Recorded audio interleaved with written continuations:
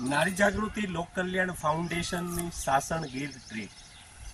અમારી સંસ્થાનો હેતુ પ્રકૃતિ બચે, પર્યાવરણ બચે, વન્ય જીવન અને માનવ જીવનનો સમન્વય કેવી રીતે થાય, આ પ્રકૃતિનું રક્ષણ કેવી રીતે થાય, પર્યાવરણનું જતન કેવી રીતે થાય, એના ઉદ્દેશ્યો સાથે, એના હેતુઓ સાથે અમારી એક આ ભવ્ય ટૂર અને અમારી સંસ્થાની બહેનો દ્વારા એક લોક જાગૃતિ અભિયાન અંતર્ગત પ્રકૃતિ બચાવો, પર્યાવરણ બચાવો, જળ બચાવો, વન્ય જીવજંતુ, વન્ય પ્રાણીઓ સાથે કેવી રીતે વર્તવું જોઈએ એનો એક શુભ સંદેશ આજે નારી જાગૃતિ લોક કલ્યાણ ફાઉન્ડેશનની તમામ બહેનો દ્વારા આ લોકોને, જે લોકો જંગલમાં આવે છે એન્જોયમેન્ટ કરવા આવે છે, પણ એને એ નથી ખબર અહીંયા પણ વન્ય જીવન છે, આ વૃક્ષ એ પણ પ્રકૃતિ, એ પણ એક જીવ સૃષ્ટિ છે, તો એ નાશ ન પામે.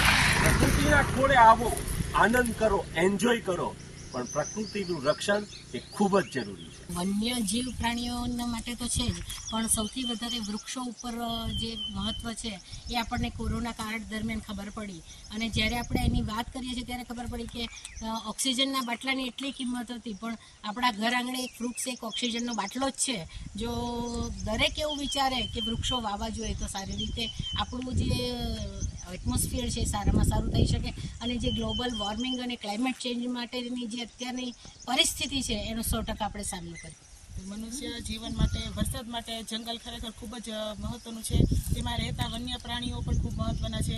જો તમે લોકો જંગલમાં આવો તો ખાસ કરી અને પર્યાવરણનું અને વન્ય પ્રાણીઓનું ખાસ ધ્યાન રાખો, અને તેમને કોઈ પણ હાનિ ન પહોંચે તેનું પણ ખાસ ધ્યાન રાખો. પર્યાવરણ માટે ખૂબ મહત્વપૂર્ણ છે, અને જંગલમાં અનેક વૃક્ષો વાવવામાં આવે છે અને એ પણ મહત્વના છે. જળ એ જીવન છે, જળ આપણને બચાવવું જોઈએ. જળ આપણને બહુ ઉપયોગી થાય છે અને જળ બચાવવાથી ઘણા બધા ફાયદાઓ થાય છે. જંગલનું પ્રદૂષણ, હવે જંગલની અંદર આપણે ફરવા તો જઈએ છીએ, આપણે એમથી ના રિસોર્ટે જાય, જંગલમાંથી જઈએ, પણ આપણે એ નથી વિચારતા કે આપણે જે વસ્તુ લઈને જઈએ છીએ, નાસ્તો લઈને જાય છે, તો એમનું રેપર છે આપણે ફટ દઈને જંગલની અંદર ફેંકી દઈએ છીએ.